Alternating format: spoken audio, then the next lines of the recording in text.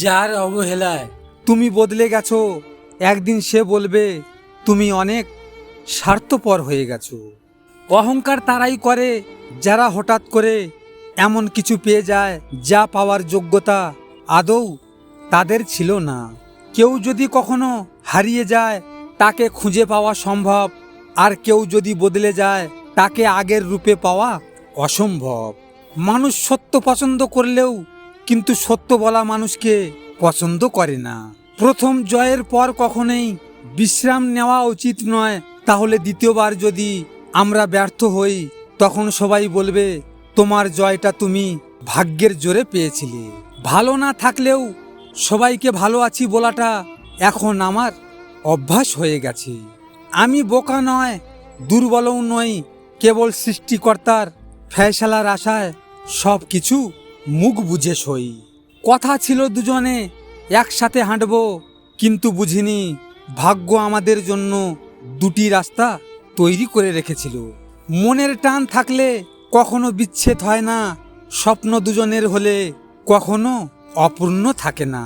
পৃথিবীটা গোল, ঘুরতে ঘুরতে হয়তো একদিন দেখা হবে, কিন্তু কথা বলার অনুভূতিটা আর আগের মতো থাকবে না। বেঈমান কখনো কাঁদে না, আর স্বার্থপর কখনো স্মৃতি মনে রাখে না।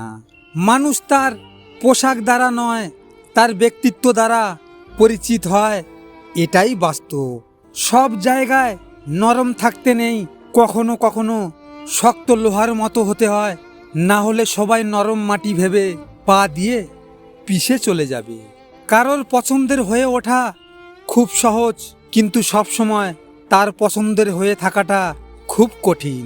প্রিয়, আজ আমি তোমার কাছে ঠকেছি, তুমি একদিন নিয়তির কাছে ঠকবে।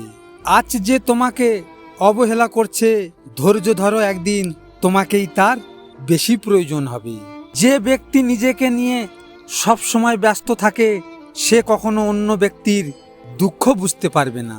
একদিন তুমিও কাঁদবে, যেদিন আমার কথা খুব বেশি মনে পড়বে, আর সেদিন বলবে একজন ছিল আমার জীবনে যে আমাকে পাগলের মতো ভালোবাসতো।